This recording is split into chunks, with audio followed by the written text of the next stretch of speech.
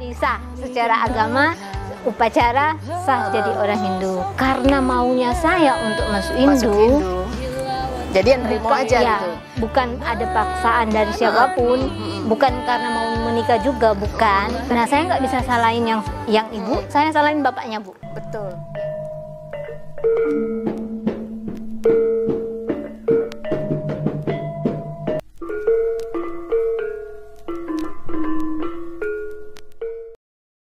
Om Swastiastu, Om Namo Siwa Budaya, Om Awigenamastu Namo Sidam. Saudaraku, sahabat media Hindu, bertemu kembali kita dalam obrolan Dharma, masih dalam edisi Dharmika. Berbicara tentang Dharmika, jika kita melihat data statistik dari Lembaga Parisade dan proses studi Wedani yang dibantu oleh Yayasan Jaringan Hindu Nusantara, para dharmika yang masuk Hindu karena proses perkawinan itu jumlahnya cukup besar, 60-70%. Yang selebihnya adalah proses karena pencarian diri atau perjalanannya secara spiritual. Karena setiap dharmika itu mempunyai cerita yang berbeda, mempunyai tantangan yang juga berbeda-beda. Maka untuk itu hari ini kami menghadirkan dharmika yang juga proses masuknya karena perkawinan. Saya perkenalkan, halo Om Swastiastu Bu Piko. Om Swastiastu Bu Dala. Jadi beliau adalah Ibu Delpia Piko Tumbelaka. Oke. Kalau saya melihat CV beliau atau biodata beliau, beliau lahir di Amurang 4 Oktober 1979. Amurang itu di mana, Bu Piko? Di Sulawesi Utara. Sulawesi Tepatnya Utara. Minahasa Selatan. Minahasa Selatan. Oke. Bu, berarti punya anak berapa nih, Bu? Punya anaknya 2. Cowok Laki, perempuan? dua-dua. Cowok, Bu, 2-2. Oh, cowok dua-duanya. Bapaknya siapa namanya, Bu? Bapaknya Made Pariada. Madi Pariada. Panggilnya Pak Made, Pak Pariada? Tergantung siapa yang manggil, Bu. Oh, gitu. Kalau temannya manggil Pariada. Oh. Ada yang lain manggilnya Pak Pak Made. Made. Oke. Jadi yang manggil itu yang tergantung siapa yang manggil. Enaknya bagaimana gitu, Bu ya? Oke, Bu Piko, kita kembali lagi kembali ke masa lalu. Ceritanya Ibu belum kenal dulu deh sama Pak Made. Saya panggilnya Pak Made aja ya. Oh ya. Oke, belum kenal Yang dulu. enak aja. Iya, yang enak aja. Hindu, Bu. Apa yang ada di pikiran Ibu Hindu? Hindu pernah dengar, ya. Tapi dulu itu saya dengar di saat masih sekolah SD ya, Bu. Kan di SD ada ya ada pelajaran ya, iya. Tapi hanya sekilas gitu, enggak ngeh gitu, apa ya bahasanya? Apa itu apa Hindu? Sih Hindu? Tuh.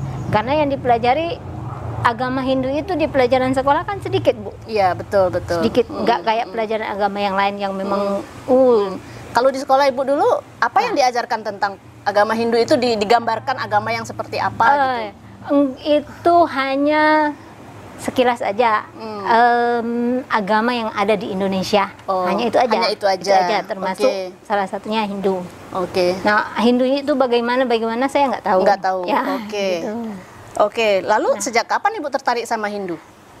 Tertarik sama Hindu Sejak setelah bertemu sama Bapak atau sebelum ketemu? sebelum ketemu memang sudah tertarik. Oh, Ya. oke. Terus Sejak tertarik. saya nonton ini, Bu, Ramayana. Dulu itu ada salah satu televisi swasta yang sekarang sudah nggak ada lagi namanya.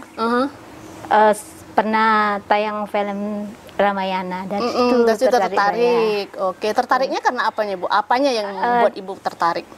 Tentang perjalanan hidup seorang Sinta. Gitu. Nah, itu kan ada ajaran-ajaran filosofi agama Hindu. Di situ yang saya pelajari. Tapi di kampung saya kan nggak ada itu ya, Bu ya. Nggak ada agama Hindu itu yang mana, di mana tempatnya, nggak ada tempat jarang saya gitu ya, jarang. Untuk saya mengetahuinya itu nggak ada. Yang gurunya juga nggak ada, temannya juga yang agama Hindu nggak ada. Jadi hanya terbawa aja dalam mimpi terus. Dalam mimpi itu saya selalu bermimpi, Bu. Oh, apa Dan mimpinya di dalam tuh? agama Hindu, dalam doa saya Iya, ada sebut kata Tuhan, tapi banyaknya kata dewa. Saya nggak ngerti apa itu. Dan juga dulu waktu kecil bapak saya mungkin ada jalannya dari situ ya Bu ya. Bapak saya sebelum tidur malam itu setiap malam dia hidupin 3 batang dupa. 3 batang dupa. Ya, dihidupin. Berarti bapaknya ibu, keluarga ibu juga sebelumnya kan agamanya apa? Katolik ya? Kristen. Oh, Kristen. Ditancapin di pintu. Saya nggak tahu apa itu, nggak pernah tanya. Kalau zaman dulu kan anak-anak nggak bisa bertanya ya Bu ya, takut. Sudahlah. Seiring waktu berjalan, setelah saya mengenal Hindu, mungkin dari situ sudah awalnya ada, mungkin. Tapi sampai sekarang saya nggak tahu rahasia apa yang setelah ibu masuk Hindu juga ibu nggak berani bertanya sama bapak apa maksudnya, tujuannya sebelum apa? Saya masuk Hindu bapak sudah nggak ada. Oh, bapak sudah nggak ada. Mungkin ibu tahu, mungkin ibu masih ada sekarang. Sudah nggak ada juga. Sudah nggak ada juga. Kalau saya nanya sama ibu, kebetulan keluarga ibu saya kan agamanya Konghucu. Masih ada satu wadah dengan Hindu. Dulu keluarga besarnya Konghucu. Berarti masih ada istilahnya agama timurnya masih ini ya, Konghucu kan masih identik dengan dupa dan segala macamnya. Kalau saya nanya mungkin jawabannya, mungkin nenek moyangmu dulu gitu, mungkin ya. Tapi saya nggak pernah nanya Bu. Itu aja. Berarti emang sudah ada seperti tarikan magnet mungkin ya, seperti itu ya Bu Piko ya? Mungkin juga. Terus sekarang balik lagi, ketemunya sama bapak tuh di mana? Ketemu sama bapak itu di tempat pelarian. Maksudnya pelarian? Tapi bapaknya bukan tempat pelarian loh Bu. Maksudnya tuh gimana nih? Saya kan dulu bongkar ya Bu, cerita dulu, nggak apa-apa ini. Nggak apa-apa. Dulu kan dijodohin ya Bu. Dijodohin. Nggak mau, namanya kan masih gadis ya Bu. Masa sih mau dijodohin. Umur berapa itu? Itu masih 18 tahun. 18 tahun, masih kecil banget. Masih selesai tamat SMA. Kan masih pingin, cita-citanya masih banyak. Mau sekolah lah. Pingin ini, pingin itu. Ada keluarga ngomong, perempuan kok mau sekolah tinggi-tinggi, tetap larinya ke dapur. Gitu. Nah dari situ, karena memang sudah dipatenkan hari ini untuk ketemu ini, saya lari gitu. Lari ambil saudara, ketemulah sama bapaknya. Di mana itu? Di Ibu Papua. larinya kemana? Ke Papua. Ambil keluarga. Emang ada keluarga di Papua? Ada, keluarga besar di sana. Ketemulah sama bapaknya di Papua. Terus prosesnya ketemu, terus lalu pacaran sampai menikah itu gimana itu? Prosesnya berapa lama? Sih, Bu. Berapa lama? Ketemunya Oktober ya? Oktober. Oktober, menikahnya bulan Mei. Oktober, November, Desember. Oktober 2020, menikahnya bulan Mei 2021. Oh gitu. Tahun berapa itu Bu? 2021. 2021. 2020, Sebentar ya. Cuma berapa ya? 2020, 2001. 2001. Tahun 2000. Iya, 2001. 2001. Maklum faktor U nih sekarang. 2001 saya menikah tanggal 2 bulan 5 2001. Ya. Berarti relatif singkat. Jadi ceritanya cinta kilat. Cinta kilat. Terus kenal dong sama bapak orang Bali yang beragama Hindu. Berarti mungkin ketemu jawaban yang Bu Piko tanya-tanyakan. Ini mungkin enggak juga. Gimana? Enggak juga. Terus gimana tuh ceritanya? Lanjut sampai menikah? Sampai menikah, sebelum menikah kan ada proses studi wedani dong? Ada. Itu di mana proses studi wedaninya? Proses studi wedaninya di Bali. Oh, di Bali. Ya. Kan ini Bu ceritanya, saya kan nggak ngerti ini Hindu apa. Agamanya, perjalanannya gimana, cara beribadahnya gimana, saya nggak ngerti, nggak tahu. Tiba-tiba diajak calon suami ke Bali, nah, langsung lah. Ya namanya cinta ya Bu ya. Pokoknya kalau sudah cinta semua indah bikin, sudah upacara ini sudah tanda tangan sudah, gitu, sah jadi istri, sudah sah jadi agama Hindu. Tapi sebelumnya itu kan, sebelum saya menjadi agama Hindu sudah minta izin dulu ke keluarga inti. Sudah ada tanda tangan, meterai persetujuan orang tua, sudah oke. Jadi kan nggak ada. Berarti orang tua masih ada pada saat mau menikah? Itu ibu aja, bapak sudah nggak ada. Ya. Bapak udah nggak ada. Udah setuju semua, adik kakak semua setuju, oke. Jadi nggak ada rintangan. Dan saat menikah, tanda tangan persetujuan bahwa saya sudah jadi masuk Hindu. Sudah Hindu. Oke, sudah. Gitu aja. Jadi sah secara agama, upacara sah jadi orang Hindu. Tuh. Tapi gimana ya Bu ya? Gak apa-apa. Kalau di agama yang lain, untuk mengenal satu agama, untuk memeluk satu agama, itu kan ada prosesnya. Nah, tapi kok di Hindu itu ada. Mungkin kebetulan saya di Hindu kok nggak ada. Berarti tiba-tiba langsung di Sudiwedani prosesnya seperti apa, proses urutannya itu seperti apa, jadi tidak dijelaskan juga gitu ya. Faktor juga karena bahasanya nggak ngerti, mungkin dijelasin pakai bahasa Bali, karena saya nggak ngerti bahasa Bali, jadi saya nggak tahu apa. Berarti tidak ada pengucapan sumpah atau janji? Seingat sih nggak ada ya. Nggak ada ya. Berarti padahal itu sudah tahun 2001 ya.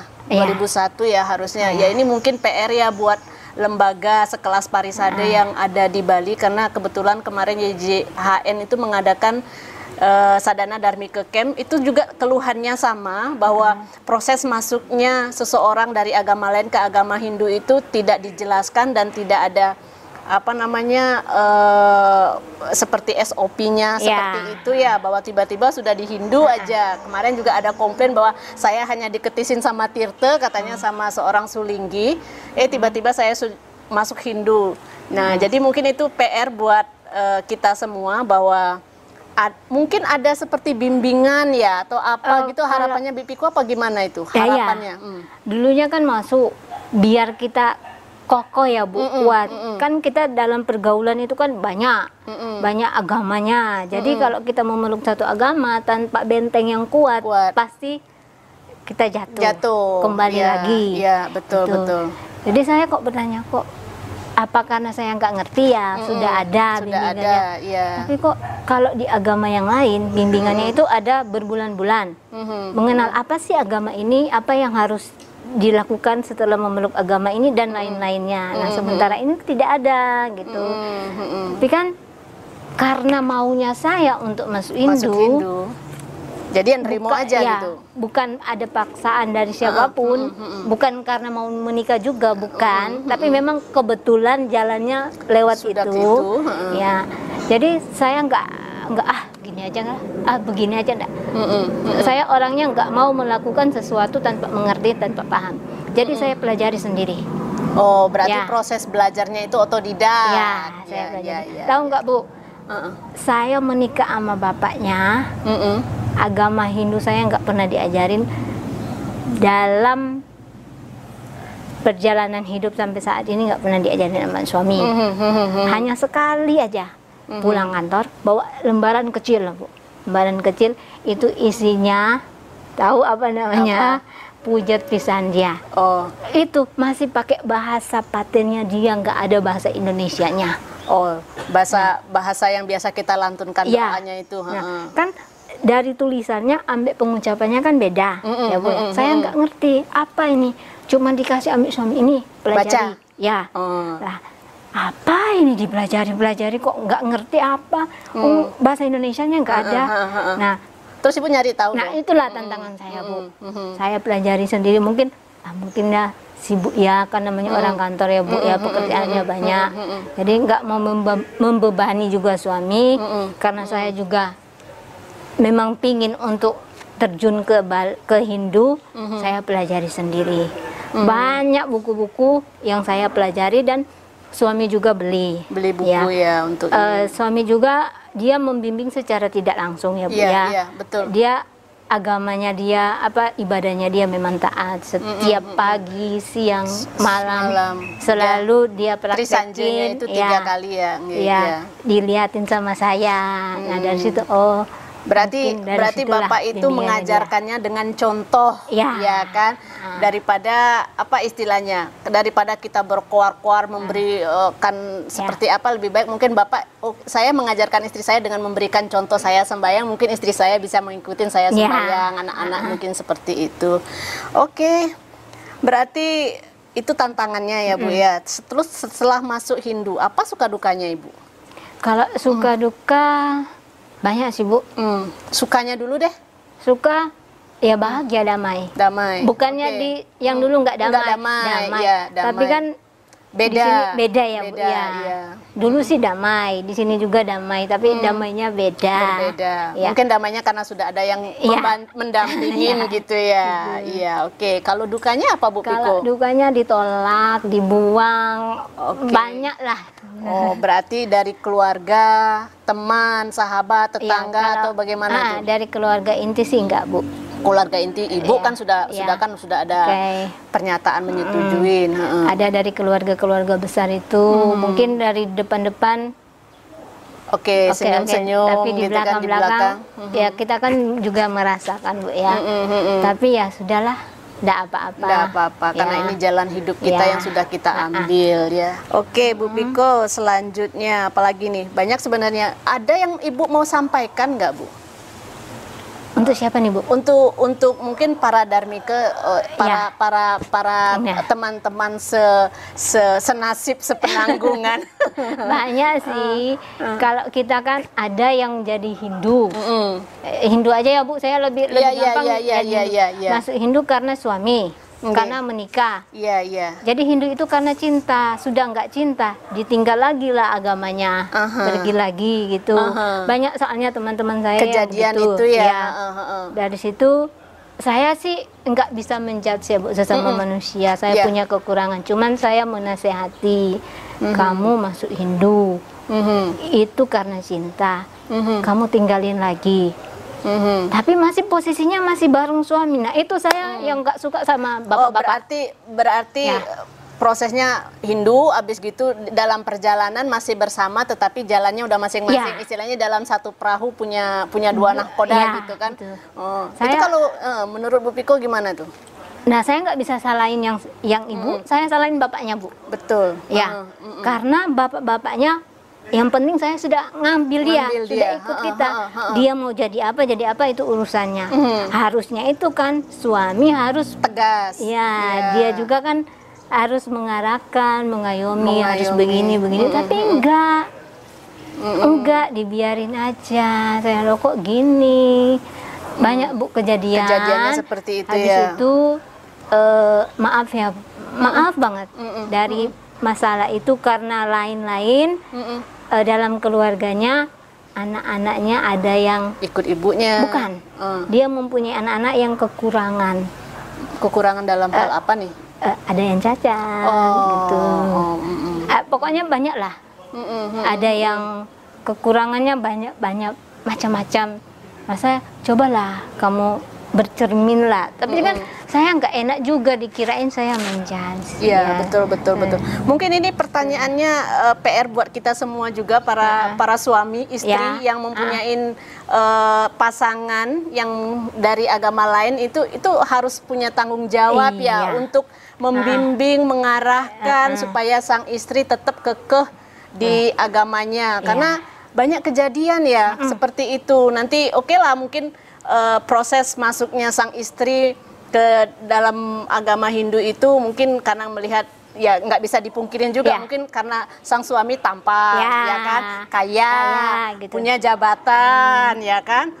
Selagi dia kaya tampan, tapi sampai berapa lama kan, yang namanya tampan juga dengan berjalannya waktu juga luntur. Kekayaan juga tidak selamanya, jabatan juga hanya titipan. Jadi itu mungkin PR buat para suami-suami supaya bagaimana caranya untuk mempertahankan membimbing istrinya ini tetap di jalan Dharma. Bu Piko ini bagus banget. Berarti Bu Piko ini sudah yakin banget ya Bu ya di Hindu ya Bu ya. 100% Bu. Sampai berarti nanti sampai mati akhir hayat pun tetap akan di Hindu. Tepuk tangan dulu nih para dharmika yang nonton nanti.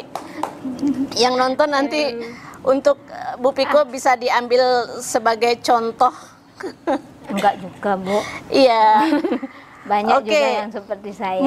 Mungkin sebenarnya begini, kalau seandainya para suami itu tidak bisa membimbing seperti Bapak tadi itu kan dibelikan buku-buku ya. Kalau berbicara buku itu media Hindu banyak sekali buku-buku yang ya kalau dilihat di sini itu banyak sekali yang bisa menjadi bahan bacaan. Nanti kalau para suami atau istri atau para dharmika yang tertarik dengan buku-buku majalah media Hindu bisa menghubungi nanti setiap channelnya itu ada nomor teleponnya yang bisa dihubungin untuk order buku-bukunya media Hindu. Jadi supaya para dharmika itu kokoh dan teguh. Berarti ya udah ini jalannya istilahnya ya basah ya mandi sekalian mandi ya basah sekalian gitu ya Bu Piko ya. Oke Bu Piko, ada lagi yang pingin Ibu sampaikan selain itu? Sampaikan apa ya? Banyak sih Bu. Banyak. Satu lagi deh Bu Piko. Ini karena durasi juga kita. Gini ya, kan tidak semua dharmika sama seperti saya. Iya betul. Ya. Setiap orang mempunyai pengalaman yang berbeda ya Bu ya. Iya. Ada yang memang masuk karena faktor yang lain. Kalau saya memang proses perkawinan ya mau nggak mau ya, kan. Tapi tujuannya saya untuk mencari kedamaian dan hidup dan moksa. Moksa. Gitu. Ya. Abhiganamastu ya bisa moksa. Jadi kalau suami gitu aja, diam-diamin aja, jadi apa istrinya? Banyak istri-istri yang tidak seperti saya yang mau cari tahu. Apalagi zaman sekarang kan sebenarnya gampang ya nyari tahu ya, googling aja ya. Terus saya cari tahu semua.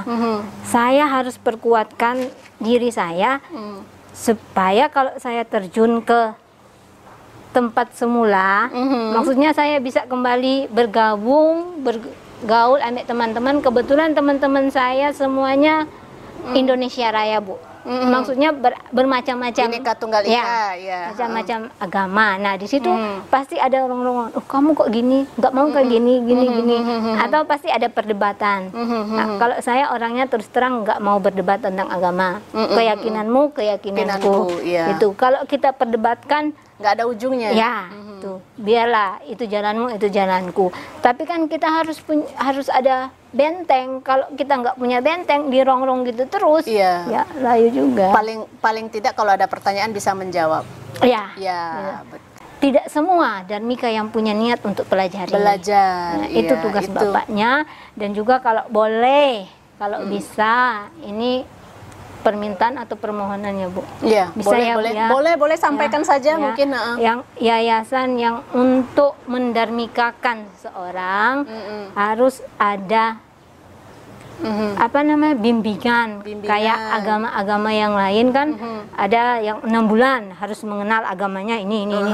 Ada yang 3 bulan. Konseling dulu lah. Ya. Tuh. Biar kalau sudah menikah, kok gini ya? Kok begini ya? Nggak mau lah gini gitu. Oke, sebenarnya ini PR buat kita semuanya. Semua kalau seandainya proses dharmika itu kalau di luar Bali itu sebenarnya sudah bagus, sudah terstruktur, sudah ada SOP-nya seperti apa. Jadi kalau di Bali ini emang tantangan, ini PR buat Parisade Bali nih. PR. Tapi kalau seandainya itu proses studi bedaninya itu dibantu oleh Yayasan Jaringan Hindu Nusantara, itu kita sudah menerapkan seperti aturannya, ada pengucapan janji, ada pengucapan sumpah, ada tanda tangan persetujuan orang tua, saksi-saksi, sama pernyataan kesediaan diri bersedia tanpa paksaan seperti itu. Mungkin itu ya harapannya ya Bu Piko ya. Dan agama Hindu itu bukan agama berhala. Ya, saya sering dapat itu. Kamu itu berhala gini gitu. Terus gimana Ibu menjawabnya sebelum kita tutup nih? Saya jawab, berhala mungkin bagi kamu karena kamu nggak tahu. Cobalah kamu mengenal agama Hindu. Tapi kan nggak mungkin ya Bu ya, dia mempelajari. Ya, karena saya dulu sebelum masuk Hindu saya sudah pelajari 5 agama, sudah saya pelajari semuanya Bu.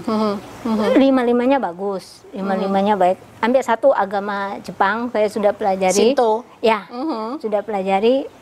Semuanya bagus, cuman saya rasa seraknya di Hindu nggak tahu, itu rahasia Tuhan untuk saya. Iya. Kalau kita bicara ini bicara karma, itu adalah karena mungkin sudah jalannya, sudah karma wasananya, istilahnya seperti itu. Oke, sahabat obrolan Dharma pada hari ini, kalau kita menonton obrolan Dharma di episode-episode sebelumnya dan pada obrolan Dharma kita pada hari ini juga, walaupun tidak semua Dharmika itu pada saat proses masuknya Hindu itu mengalami penolakan, ejekan, bahkan ancaman-ancaman, tetapi sebagian besar mengalami seperti itu ya Bu ya. Untuk itu saya izin untuk mengutip salah satu tulisan Swami Vivekananda yang isinya antara lain seperti ini. Jika Anda membaca Weda, Anda akan menemukan kata ini selalu diulang-ulang. Katanya adalah kebenaran. Jangan takut pada apapun. Ketakutan akan kebenaran adalah suatu kelemahan. Jalankan saja tugasmu tanpa peduli cibiran atau ejekan dari dunia lain. Itu pesan dari Swami Vivekananda. Jadi untuk saudaraku, sahabat Dharmika dimanapun Anda berada, tetap semangat walaupun banyak ejekan, cibiran di luar sana. Berjalan, berproses, belajar, sehingga kita menjadi manusia yang lebih baik setiap harinya, menjadi Hindu yang berkualitas. Karena Hindu itu bukan mencari kuantitas, tapi Hindu yang berkualitas. Jadi saya tutup aja obrolan Dharma hari ini. Semoga apa yang disampaikan oleh narasumber hari ini, sharing pengalaman yang disampaikan hari ini bisa menjadi motivasi, menjadi inspirasi buat kita semuanya. Kami tutup dengan Parama Santi. Om Santi Santi Santi Om.